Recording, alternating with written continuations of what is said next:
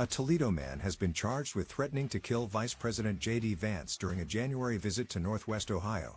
According to reports, the case expanded after investigators uncovered alleged child abuse materials while investigating the threats. According to the Department of Justice, Shannon Mathre, 33, was indicted for making a threat against Vance ahead of the vice president's January visit to Ohio.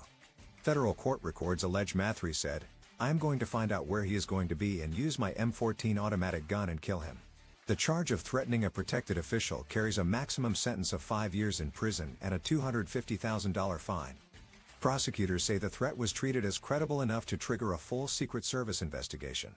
The indictment marks the second recent security incident connected to the vice president's Ohio presence, following a separate case involving damage to his residence.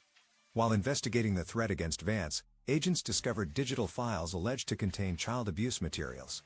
A grand jury charged Mathre with receiving and distributing images depicting minors engaged in explicit conduct between December 31, 2025, and January 21, 2026.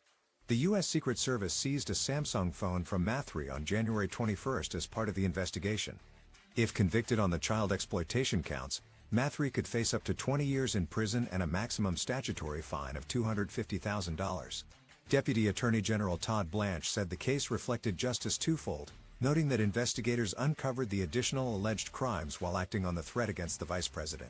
Mathre was arrested by Secret Service agents and pleaded not guilty to both the threat and child exploitation charges.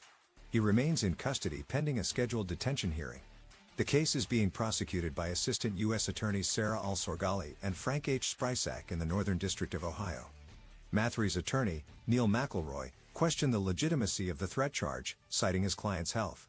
"Anyone that spends any time in a room with Mr. Mathre or has any knowledge of his condition, physical condition, mental condition, can see that it's a farce," McElroy said.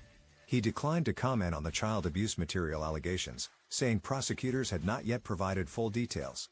The Mathre case came as federal authorities stressed aggressive enforcement against threats targeting public officials.